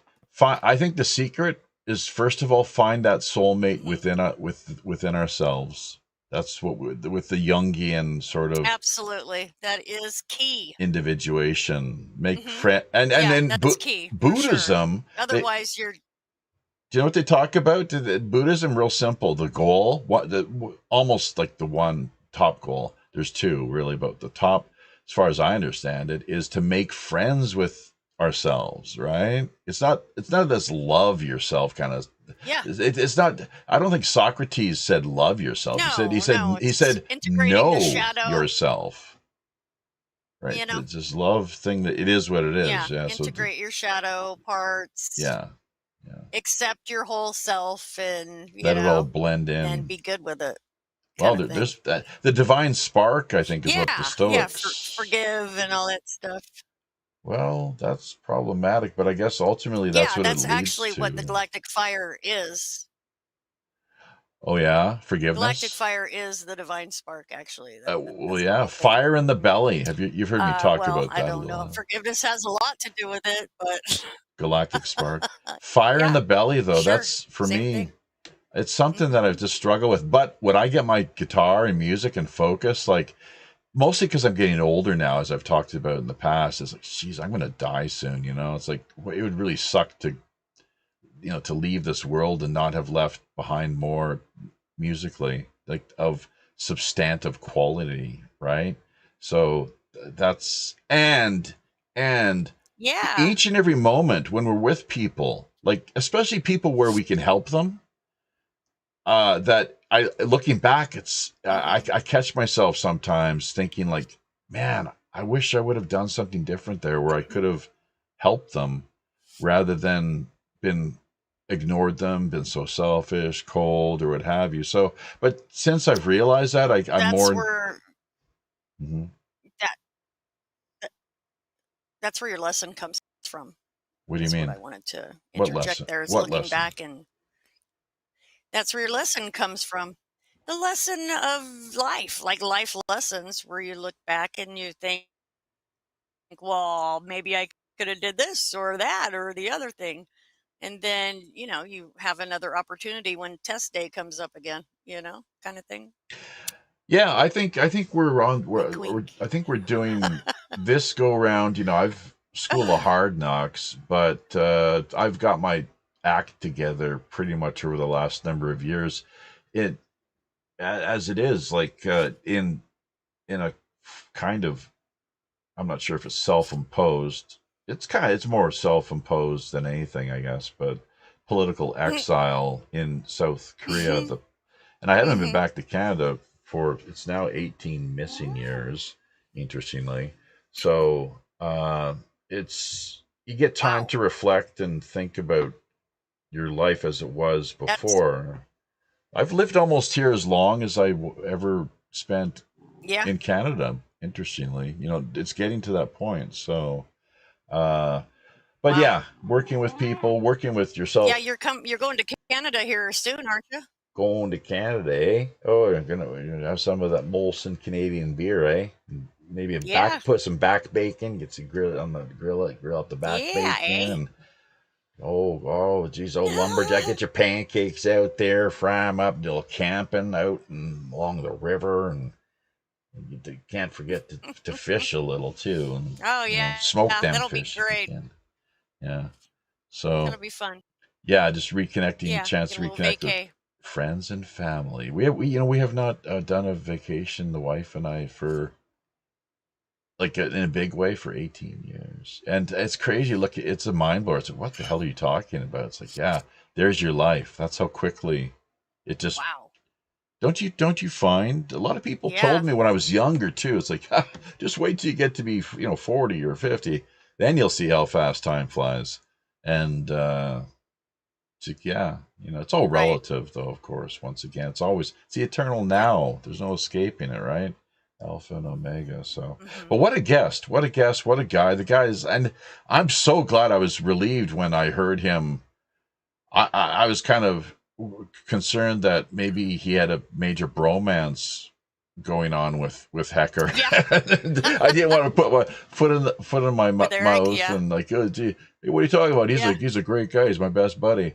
It's like, well, yeah. So we're not the only ones that he's, I think, and it's kind of the program is becoming like a slight unhinged and unwired. There's something funny going on there. It's mostly just the anger. It's just the anger and the pride. They taught it's pride and just the arrogance and there's other issues too. With Eric, I think the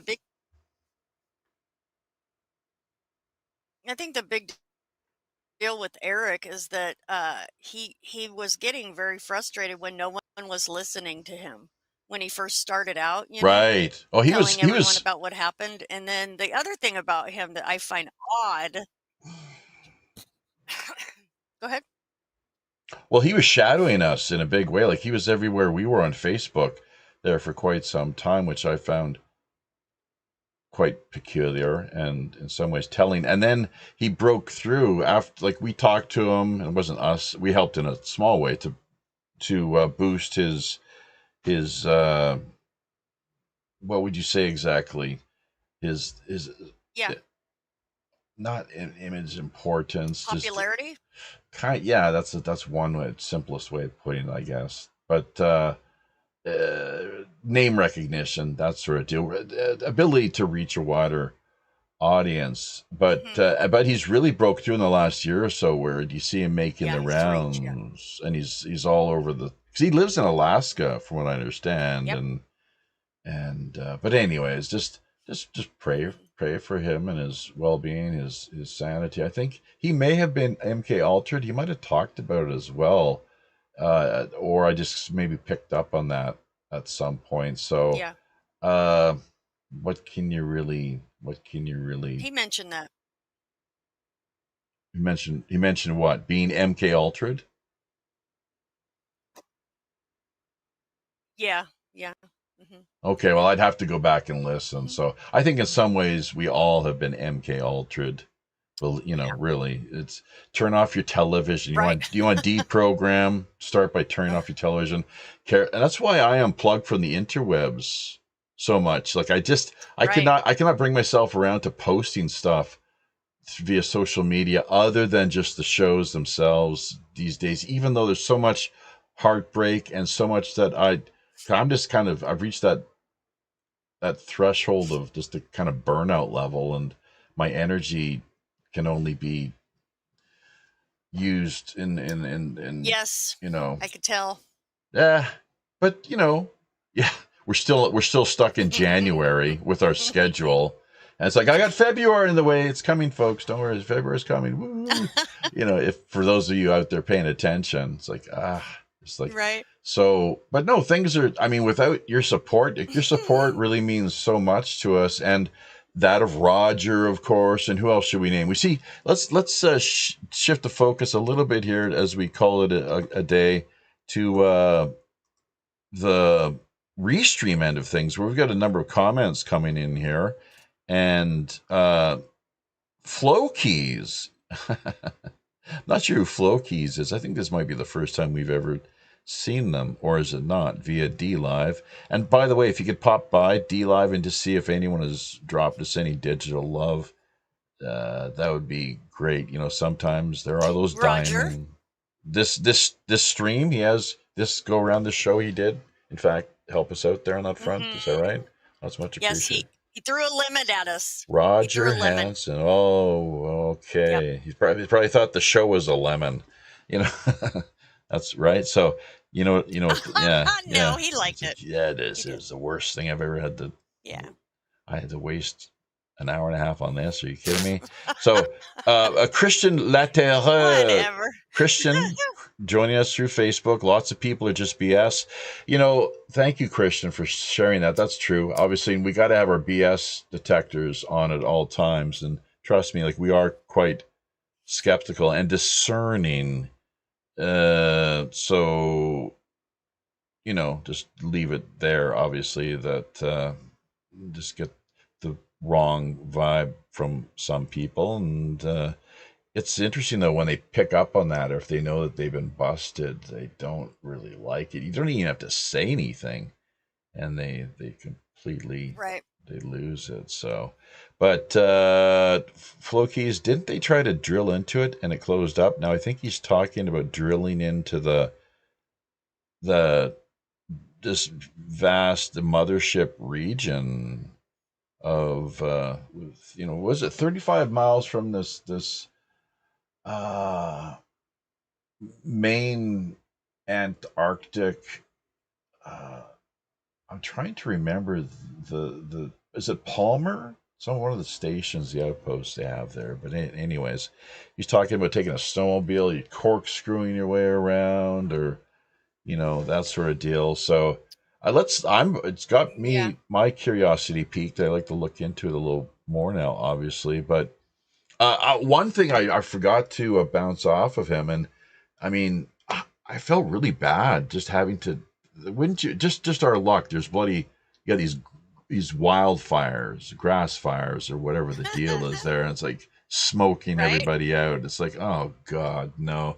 You could hear him. It sounded like he was he was really struggling to, not to, just to be able to breathe. So, oh dear God, I don't know. Anyway, so really, let's keep an eye on that though, Sonia, as far as the newscast reports are concerned, to see that his that region there in Nevada where they're having these issues, he's not further. I'm sure impacted. He's got protectors looking after him in the form of etheric protectors. You think so? I guess. Oh, sure. Okay. Absolutely. Well, we all do supposedly, but we do. We've also got the forces of temptation always. Daughters of Mara. Well, they're called daughters. I guess you have the sons of Mara too. Sons of light and sons of darkness. Daughters of light, daughters of darkness. But the ankle biters. Okay, yeah, that sort of deal, I guess. But I missed the start of the show today, says Jethro. Such a fascinating real history no one knows about. So, yeah, it's pretty close to Antarctica, he adds. This is Jethro we're talking about once again. And Argentina was a post-war refuge for the Germans. That does make sense, I guess, doesn't it? The jumping off place. And that's, he's really quite insistent that we take a look at this and not simply relegate it, because he takes a very scientific approach as well, as we heard with looking for data points, as you put it, and comparing and building upon what has already been established. So, compiling it, yeah. and not having like some preconceived, uh, Unbiased. conclusion. It's like, look, you're looking into it simply for, the sake of discovering what the heck is really going on here. But anyways, let's see what else we have as far as no love magic. Not sure what that means, Roger, but Osanas? Nothing? What is that? I have no idea. Does that make any sense? Osanes? I don't know. What does that? Not sure. What's that spelled backwards? Senesol. No idea what he's driving at there, but you got about 1 minute to clear that one up, and you're not. That'll be it, because we're calling it a night here. Roger, thanks as well. Presumably you were simulcasting via your end. Always appreciated. We'll all have been, and yeah, sure, with television and this, we live in the world is insane, really, and people. That's once again the Buddhist view, which I believe is correct, because the heavy psychological approach where people are cuckoo, and it's mostly because of our inflamed desires and passions, our ignorance. Ignorance is a big one. How deep the poison of ignorance manages to impact us. That's a tool. That's the main cabal's tool. Ignorance. Yeah. All right. Something about esoteric. If you don't know, you're uninitiated. Okay. Well, which was what you trying to tell us, that maybe he has been initiated into something or another? Apparently. Roger Hansen. Yes. Okay. He's in a special club. Oh, is he? What is that? Apparently he's in the initiated club. I see. The Osanas. Okay. And we are not. Apparently. Well, that's whatever works. I guess, each, just whatever works. Initiated means educated. Yeah. Well, does it really? I don't know. It's tapped. I don't know either. Tapped is a synonym. When I think of initiated, I think of they've been tapped, or they've been brought into the fold, essentially. Welcomed into the group, the cult, as it were. Of which you look at that term, culture. It's just our. What if I haven't got to the chapter yet that has Osanas in it? Maybe we're on chapter 1 and that's in chapter 5 or something. That doesn't mean we're uninitiated. What's it? It just means that we haven't got that far yet. Yeah, and who says you're even required to read the book? Maybe that's not your book. Like, stick to this other book. Thank you. This other book is part of this life path. For whoever. It's basically everybody. It's a mystery school thing. Doesn't everybody just want to be happy? When it comes right down to it, even the cute kitty. Even Netanyahu, evil psychopath, war criminal. And the thing is, he's doing everything he can in his power to destroy the world. Like, it's the Samson option playing out in full view before the entire world, so that he can stay out of jail. You know that he was facing major bribery and corruption charges prior to all of this nonsense kicking off. Even going back before October 7th, that the incursion, the violent incursion, which just nobody had any idea could possibly happen. Like, it was such a surprise. They really caught them flat-footed, unaware. Wink, wink, nudge, nudge. Like, who even believes that crap? A lot of the mainstream is that's what they're promoting, so it's just incredible.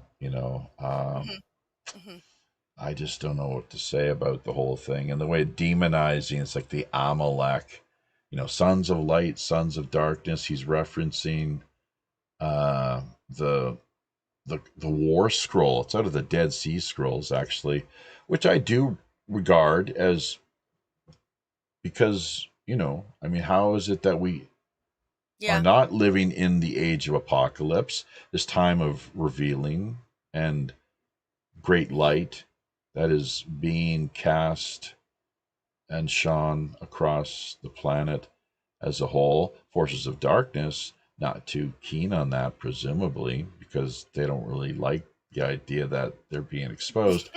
And they're crazy enough to launch whatever and initiate, there's that term again, initiate whatever chaos, instability, bloodshed, misery, carnage, whatever it takes for them to maintain their place and their power, and a lot of it goes back to the Epstein files as well too, including, as much as people might not like to think that Trump doesn't have anything to do with that. Yeah, I'd hate I'd hate to know the truth. So, but it's a great. I mean, hey, World War whatever of just the largest magnitude conceivable certainly does provide an adequate distraction away from that, right? And then people's memories are so short as well too, right? And most people just trying to survive, struggle, pay the bills, raise a family, take care of their basic needs, and they're not really get enough sleep. Exactly. Did you sleep well last night? Sure. You look like you did. You look Absolutely. good and well rested. So, hey, by the way, thank you. Yeah, thank you very much. Yeah, I'm glad you put a little makeup on too. Just the wife, she did that. And by the way, I asked the wife about you. She's like, "Oh, you can have as many groupies as you want. What do I care?" That was her response. That's funny. She thought she thought it was fine. It's like, go ahead, you groupies, you need groupies. So, but she put on a little bit of eyeliner, and she wanted to get my attention the other night. She's like, "Look, can you see? I'm looking." I was like, "What are you talking about? Your contact lenses? What?" So the eyeliner, but no, it just really does help when women they use not a lot, but just a little. It's sufficient. Like I tell her, she has too much red lipstick on all the time. Teeny bit. Take that off. That red, it's too much. What are you doing? It's what the Ajumas here in. There's some of those folks. It's Korea. What they do here is part of the culture. You got to have all that red lipstick there. The women, they have it programmed. That's how they're accultured, right? That's the programming. So, and I'm always on top of her, not in a good way, but on top of her, regardless of all over her, not in a good way, as to how she should, kind of dial it down a little. But yeah. All right. Well, yeah, Tuesday night, same time as always.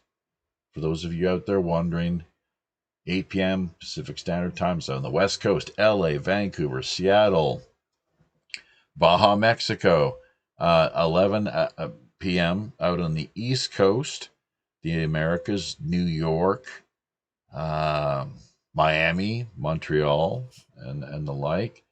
So definitely drop by, see what we got shaken at that point in time, just a couple days down the road from where we are presently.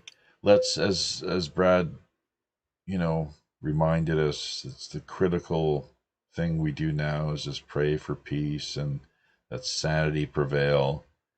And, the stakes are high, but at the same time, things like with Tulsi Gabbard and oh god, we'll get more into that on Tuesday. It's just it's not good. Haven't heard too much from RFK Jr. over this whole thing at I'm not sure. Maybe it's the whole business. Stay in your lane. Yeah. Maybe he's got no say in this because he's not part of the like foreign relations, or what is it, the State Department, and all the regime change, though, is what it boils down to, of course, right? And this is what the neocons, what was it they wanted? The seven nations. Wesley Clark, the paper that he had presented to him, was like, "What's this all about?" No idea. The PNAC, though, at Iraq, Afghanistan, oh gosh, Syria, of course, Iran, Yemen, a couple others. So they want it all. It's all part of what's known as the Greater Israel Project. So if you can get America to do your dirty work, why not? That's what Israel, that's what they require in order to achieve their ends. But the whole point here, once again, is it was not Iran who tried to assassinate Trump. It actually, could very well be more to it than what most people have even the foggiest notion. And I say, once again, as the famous expression, as it goes, that in politics, timing is everything. I'm not sure if that's FDR or who exactly, but and that there are no accidents either in politics. FDR, if it happens a certain way, it was meant to. And you would think he'd be the guy to know. He spent long enough kind of working there in the midst of it all, and it was Yep. something that just drove him. It was part of his. It was in his blood, essentially. So, but Netanyahu, he's got health problems too, and I just kind of wonder. Pray for peace, but maybe pray for something else too. With his health problems, he has had to check in with the doctor from time to time as well. I think it's his heart, and then maybe some certain cancers or what have you. But he's a really bad actor on a multitude of fronts and different ways. Even Oliver Stone has gone so far as to say that of all the leaders that he has met and conversed with, that Netanyahu is someone he regards as the most dangerous. And now he's desperate, and that is not good, because he's desperate to stay out of jail and to be held accountable for all the things that he's done, even prior to October 7th. But the genocide in Gaza clearly is something more that, if ultimately even on a karmic level, which he doesn't believe in, obviously, or else people like him would not be doing these sort of things, embarking on these, these total. And you talk anti-Semitism. Well, look, it's genocide in Gaza. You want anti-Semitism, folks? I mean, they're the Semites, and it's being, it's waging war on the poor people, mostly women and children in Gaza, that doesn't get any more anti-Semitic than that, as far as I'm circumcised. So that's something that Robert Morningstar doesn't like me to mention. Circumcision, yeah, on his itself is Jewish. That's what they say. So it's a joke. It's a little tongue-in-cheek sort of, people's like, what's he saying? It means, as far as I'm concerned, I misspoke. It's a slip of the tongue. So I know. There we go. Alrighty. Any Galactic Fire? Don't let me forget Galactic Fire. Come on now. That's where the merch. We're not going to bring it up right now. Just a reminder, people, drop by Galactic Fire. Baby. We're out of time, but click on the link. It's in the show description end of things. And you're busier than a dyke in a hardware store, as George Carlin would put it. So yeah, I'm pretty busy. You're pretty busy. So yeah, I'm pretty busy. I'm getting tattoo work too. Oh wow, good stuff. That's great. So galacticfire.com, and well, we look forward to seeing you on Tuesday. Is there anything more? Oh, just got Zane Ivy dropping in here at the end as well. Hi, Brazil. That's interesting. Yeah. Hang on a second. Wait a minute. Oh, geez, we missed a few really critical mystery schools. Okay, Osanna's mentioned as an authority on alchemy, necromancy, divination, and mystical properties of plants and stones. Okay, well, we'll have to look that up or investigate a little further. Sounds interesting. Jaffe's got wheels turning. Yes. Maraka. Okay, in Korea, that is. See, Zane, we missed your comments earlier. Sometimes Facebook, they don't really they don't they don't like they they've got a problem with providing clear commentary as far as what messages that people are leaving via Facebook. We've noticed that they show up, only half of them sometimes show up here in Restream. But just to cap it off, Zane says he saw a meme talking about a retired Israeli Mossad chief, Mike Harari, bragging to his associate Dmitry Kalazov. How Russian is that, hey? Kind of like Netanyahu is actually he's a Polak. Old Benjamin. Netanyahu's not even his real name. All these prime ministers, they changed their names from the original, I guess, Ashkenazi. I don't know if has there been any Sephardic prime ministers of Israel or otherwise? Wouldn't that be something? But they changed their names to make them sound more Hebrew. And Hebrew itself, fun fact here, a little value-added content. If you haven't already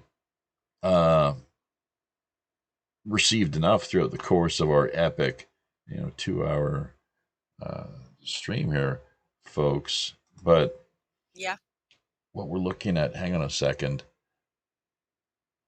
So they basically they changed their names. Hebrew was a dying language at the time of Israeli,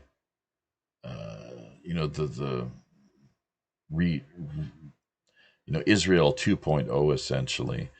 The Rothschilds' vision of what the Middle East really needed, and I guess we're seeing that played out in earnest at this stage. It's the grand chessboard, I guess, as Big New Brzezinski put it. So, geopolitics Who do we have on on next week? steroids. That's a good question. Why don't you let us know? But let me just to finish this point. So Okay. the Dmitry Kalazov, his underling, I guess essentially is what he's saying here, bragged he was Harari responsible for 9/11. This is purportedly when the two were partying in Bangkok, Thailand. Wow.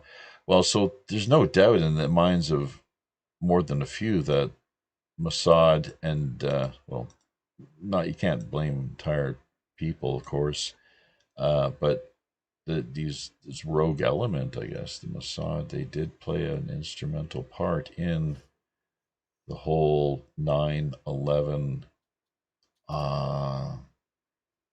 that epic day of terror, really, and everything that has unfolded since. So the catalytic terror event that the PNAC crowd, PNAC standing, of course, Project for New American Century, the neocons were waiting for, and just within a short year or two, they got it. So that's just another coincidence, though, right? All right, folks. Looking forward to reconnecting here Tuesday night. Thank you once again, Sonia. You got your hand raised. Is that for a reason, or what are we looking at there? Yeah, I just wanted to mention next week's guest. Okay. In case people want to know ahead of time. Yep. Yeah, it's Tony Sayers is who's going to be on next week. Oh. Very interesting guy. And what essentially what is his story in a nutshell?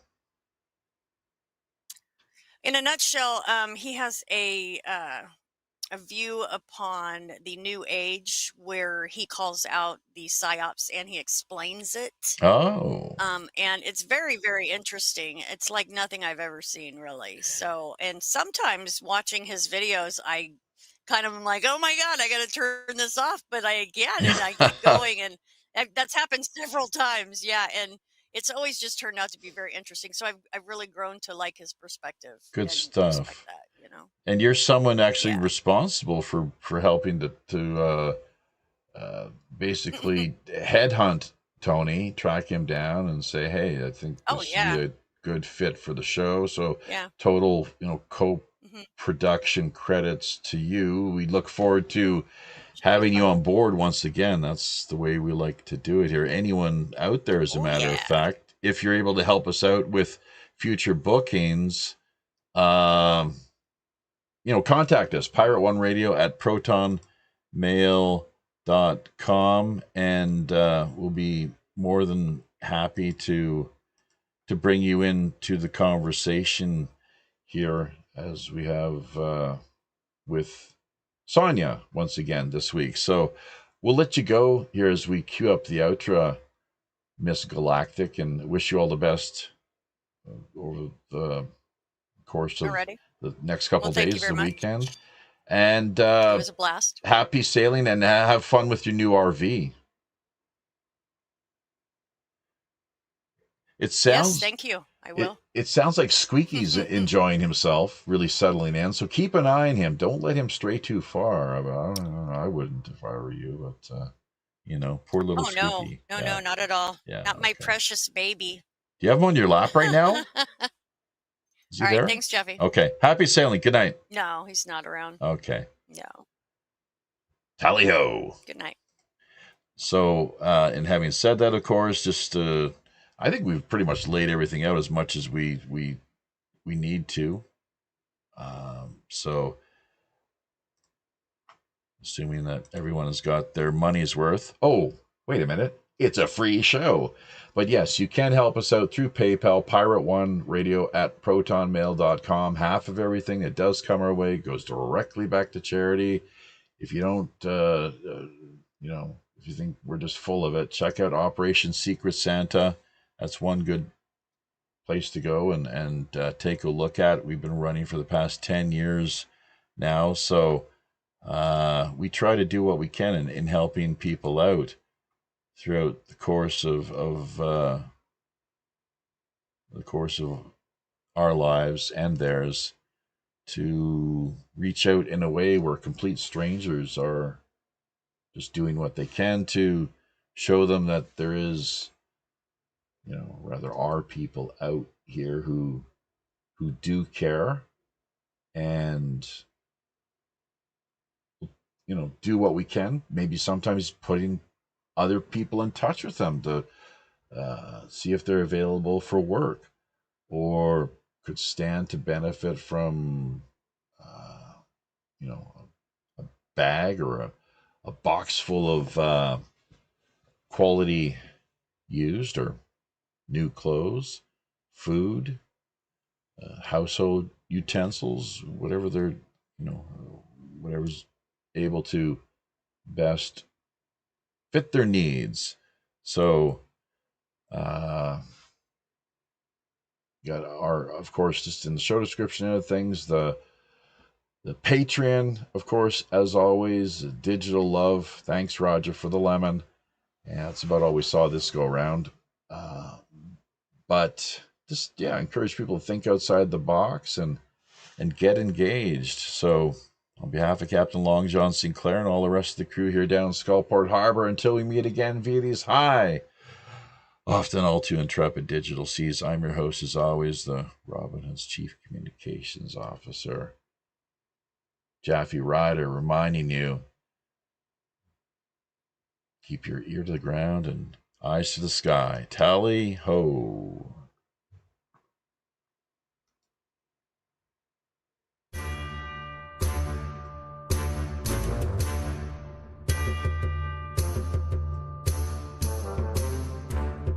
Aye now, there we be.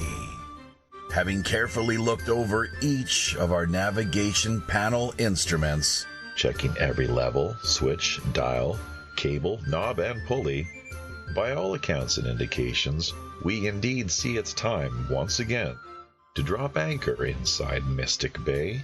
Draw an end to yet another week of World Pirate Radio Live. Remember, if you're looking for a little more animated online action, keep in mind we've likely got yet another great free-flowing Rogues Gallery after show Coming up for the next hour in one of our more premium, exclusive, and remote digital underground online pirate hideaways. Also, if you yourself have a new, novel, intriguing, or otherwise underreported idea, unique individual, or pressing item in mind, be sure to either drop us a line directly over on WPRPN.com or fire us a quick email via Pirate One Radio at protonmail.com. We're always open to exploring fresh creative suggestions, intriguing guest ideas, cutting-edge discussion topics, and captivating themes. Remember, WPRPN.com member site subdomain links are also always available.